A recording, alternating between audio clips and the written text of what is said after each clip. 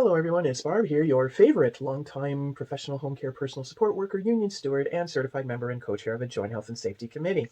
It has been a long time since I made one of these, and for that I apologize. Life has gotten in the way, but things have settled now, so I can get back into the swing of it. The COVID vaccine and vaccine hesitancy. Here's the thing. I really want the vaccine, and I want it now. Unfortunately, I'm low on the list. There's three types of us out there. There are those of us who want the vaccine, those of us who are anti-vaxxers who say, oh, it's just what's his name trying to microchip us, blah, blah, blah. And then there are those who are on the fence, the vaccine hesitants. And the two main concerns of the vaccine hesitants that I've gathered from reading is they think it's been created too fast, and there's a lot of misinformation out there. The first thing I'm going to address is their concern that the vaccine has been created too quickly. To do that, I'm going to first give a bit of a history. You can fact check me. I got this information from several sources, but there's one place called historyofvaccines.org, and this is all there. I've just taken bits and pieces because to go through all of it would take all night. Now, some people think that vaccination started way back in 200 BCE, but one of the first instances of note was in about 1600 by the Chinese Emperor Kangxi, and he apparently survived smallpox when he was a child, and he inoculated his children with smallpox, and what that involved was taking scabs from the sores, grinding them up, and blowing it into their noses. The more modern one came about a couple of hundred years later, 1796, Dr. Edward Jenner. At some point, he noticed that milkmaids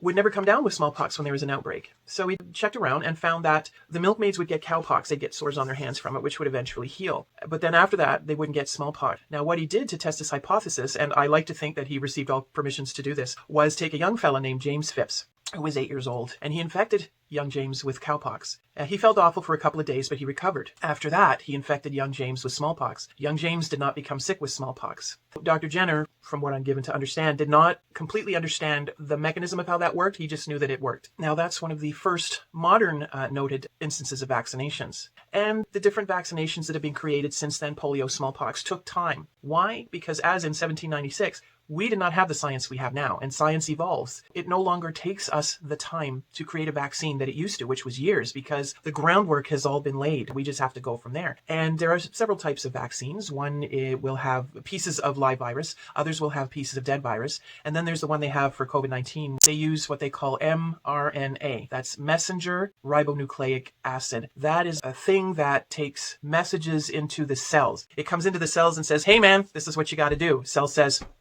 all right, thanks for the message, you can go now. And then it breaks down the RNA, and the RNA is gone. It does not stay with you. It does not alter your DNA. None of that stuff. The cells can do what they have to do to create spike protein. Here is a crocheted representation that a lady in Owen Sound made of the coronavirus. And the spike protein are these little red thingies, see, that are on the surface. As with any vaccine, there are side effects, mild ones and severe ones. Now, mild ones would be pretty much if you've gotten your flu shot and they give you these are what the mild side effects are, they're pretty much the same. The shot is intramuscular, just as the flu shot is. That is, they have to put it in the muscle. And they use a small needle and they do it rather quickly. So one of the minor side effects is you may have a soreness and achiness at the site. Another side effect is as your body acclimates and creates the antibodies, you may feel a little off for a few days. You may be a bit feverish, achy, maybe a little tired, because that is your body acclimating. Now, their severe side effects can include allergic reactions to something that's in it, just as with the flu vaccine, and you need to seek medical attention right away.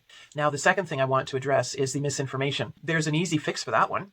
Go to reputable sites. I follow the CDC, I follow the World Health Organization, and Dr. Fauci. I've mentioned before, I worship at his feet. I have him on a pedestal, but it's a realistic pedestal. He has all that alphabet soup after his name. He's one I get my information from. So I'm hoping this helped some of you. I mean, if you want to refuse the shot, fine. But as I always say, with any action, there are consequences, be they good or bad. For example, if you refuse a flu shot and you work in long-term care and there's an outbreak, you're not allowed to work there during the outbreak. And I think it's for 2 weeks afterwards. At least that's what I've been told by my employer. Different places may have different policies, but I'm all for vaccine. I get the flu shot every year. As I said, I'm waiting for this one. Not happy that I may have to wait even longer, but I want it. I've even offered myself up to the local public health in my union, saying, hey, to help with the vaccine hesitancy, I'll put myself out there. If I can get the shot, you can televise it or whatever, share it, put it in the news, just to try to help people. I also have the added bonus of being a certified member of a joint health and safety committee and the co-chair. That may carry some weight. I don't know. The choice is ultimately yours, but just remember, there's consequences one way or the other. All in all, I just want to say, hey, follow the science if you can. That's what I do. And I want you to stay healthy, stay safe, follow the rules as they are right now, and I'll see you on the flip side.